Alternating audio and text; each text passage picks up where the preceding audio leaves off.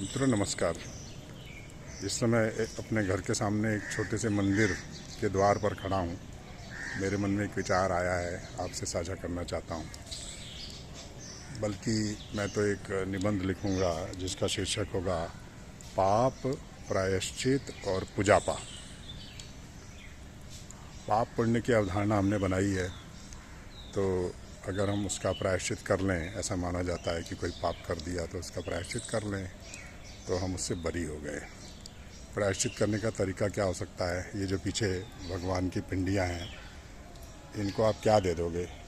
इन्हें कुछ चाहिए ही नहीं, पर लोग इन पर रुपए चढ़ा जाते हैं, लड्डू चढ़ाते हैं, प्रसाद चढ़ाते हैं। जो दुनिया को देने वाला है उसे लोग खिलाते हैं।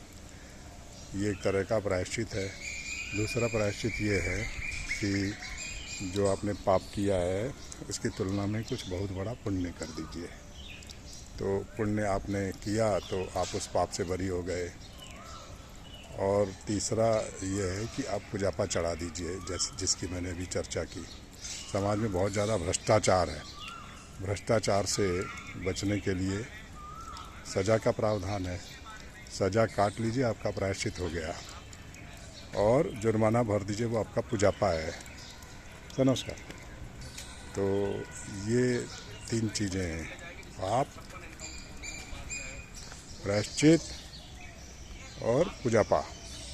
पाप करिए तो उसका प्रायश्चित है, और पूजापा चढ़ा दीजिए, और भी सोने पे सुहागा हो गया, आप बरी हो गए साहब। पूरी तरीके से मुक्ति मिल गई आपको। ये जो हमने प्रावधान किए हैं ना, यही समाज में भ्रष्टाचार की बहुत बड़ी जड़ है। अगर ये ना हो, कोई मुक्ति ना हो, आपने पाप किया तो आप गए।